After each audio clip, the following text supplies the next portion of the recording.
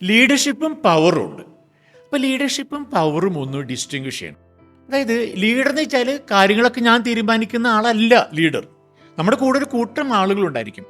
ആ കൂട്ടം ആളുകൾ കൊണ്ടുവരുന്ന ഐഡിയയിൽ എൻ്റെ കോൺട്രിബ്യൂഷൻ കൂടിയിട്ട് ഏതാണോ ബെസ്റ്റ് എങ്കിൽ ആ ബെസ്റ്റ് നടപ്പാക്കാനായിട്ട് എല്ലാവരെയും ഒരുമിച്ച് കൊണ്ടുവരുന്ന ആളാണ് ലീഡർ. അതായത് ഇപ്പം ഞാൻ ഇവിടുന്ന് പാലക്കാട് പോകണമെന്ന് പറയുകയാണ്.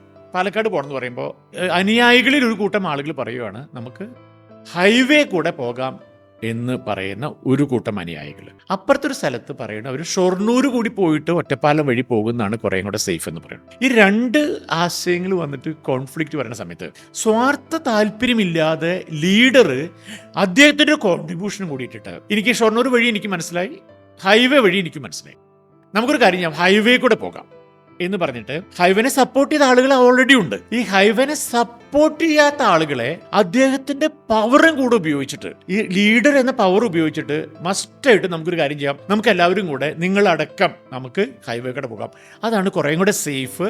കാരണം ഇൻ കേസ് അവിടെ എന്തെങ്കിലും ഒരു പ്രശ്നം ഉണ്ടെങ്കിൽ നമുക്ക് സബ്വേ എടുക്കാം എന്ന് പറയുന്ന വിധത്തിലേക്ക് ഈ രണ്ട് കൂട്ടരെയും ഒരുമിച്ച് കൊണ്ടുവരാനുള്ള കേപ്പബിലിറ്റിയാണ് ലീഡർഷിപ്പും അതിനകത്തുള്ള പവറും.